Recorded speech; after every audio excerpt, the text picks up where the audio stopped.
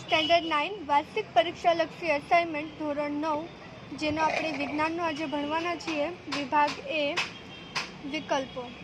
તો ચાલો સ્ટાર્ટ કરીએ।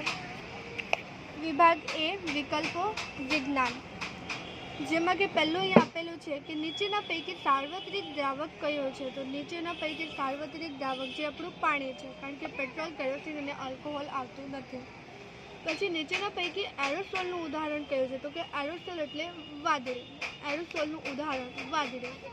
પછી નીચેના પૈકી શેમાં ટિન્ડલ અસર જોઈ શકાય છે? તો દૂધમાં ટિન્ડલ અસર જોઈ શકાય છે। પછી 30 ડિગ્રી સેલ્સિયસના તાપમાને 1 કપ પાણીમાં જો ખાંડ એટલે કે દ્રાવ્ય તરીકે ખાંડને ગરમ કરીએ તો એ શું બને? તો એ અસંતૃપ્ત બનશે। શું બનશે? અસંતૃપ્ત। પછી 20% WW સોડિયમ સલ્ફેટનું દ્રાવણ, જેમાં 100 ગ્રામ પાણીમાં બનાવેલું છે, તો આ દ્રાવણમાં સોડિયમ સલ્ફેટનું દળ શોધો તો એ 25 ગ્રામ આવશે।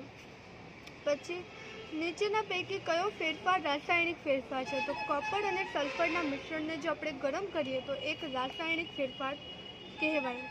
કોપર અને સલ્ફરને આપણે ગરમ કરીએ એના મિશ્રણને તો એ આપણું થશે રાસાયણિક ફેરફાર। પછી હાઇડ્રોજન, હવે ચેપ્ટર નંબર 3, તો કે હાઇડ્રોજન અને પેરોક્સાઇડ H2O2। હાઇડ્રોજન પેરોક્સાઇડમાં હાઇડ્રોજન અને ઓક્સિજનનું દળથી પ્રમાણ તો 1:16। કેટલું આવશે? 1:16। ઓક્સિજનનું 1 અને હાઇડ્રોજનનું 16, 1:16। પછી મેગ્નેશિયમ તત્વની સંજ્ઞા તો M કેપિટલ અને G સ્મોલ। પછી નીચેના પૈકી કયા તત્વનું પરમાણ્વીય દળ અને આણ્વીય દળ સમાન છે? તો નિયોન, નિયોનનું પરમાણ્વીય દળ અને આણ્વીય દળ બંને સમાન છે। પછી NH3માં N પરમાણુની સંયોજકતા કેટલી છે? તો 3 છે। પછી ક્વિક લાઇમનું આણ્વીય સૂત્ર કયું છે? તો કે ક્વિક લાઇમનું આણ્વીય સૂત્ર CaO છે।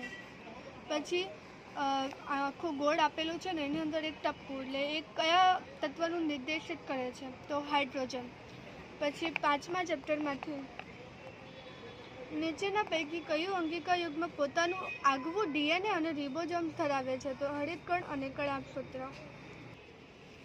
પછી સજીવો જેમાં કોષ કેન્દ્ર અને અંગિકાઓને ફરતે પટલ રચના આવેલી નથી, તો એ છે આદિકોષ કેન્દ્રીય, જેમાં અંગિકાઓને ફરતે પટલ રચના નથી।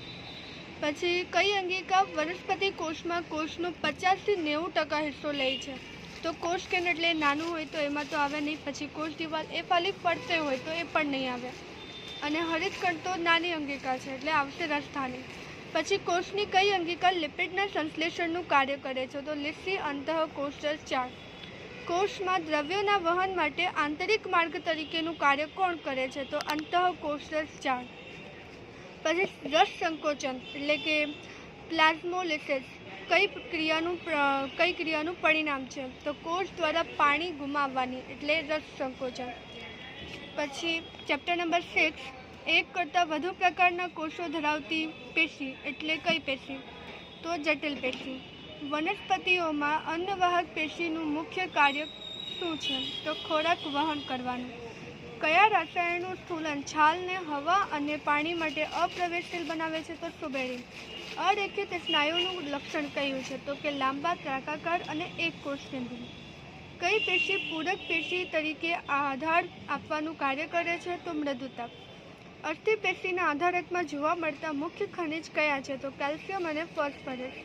વાયુરંધ્રને આવરતા બે કોષ કયા છે? તો રક્ષક કોષ। અન્નવાહક પેશીમાં મૃત ઘટક કયો છે? તો અન્નવાહક તંતુ। કઈ પેશી યાંત્રિક મજબૂતાઈની સાથે દ્રઢતા પણ બક્ષે છે? તો દ્રઢોતક। નીચેના પૈકી કોનો સમાવેશ શ્વેત રુધિરકણિકા તરીકે થતો નથી? તો ત્રાકકણ।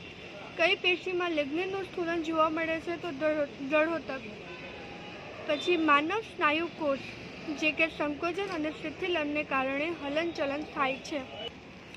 ચેપ્ટર નંબર 11, તરંગમાં ક્રમિક રીતે આવતા શૃંગ અને ગર્ત વચ્ચેનું અંતર। તો અહીંયા આપેલું છે ઊંધો વાય જેવું છે, ડિવાઇડ 2।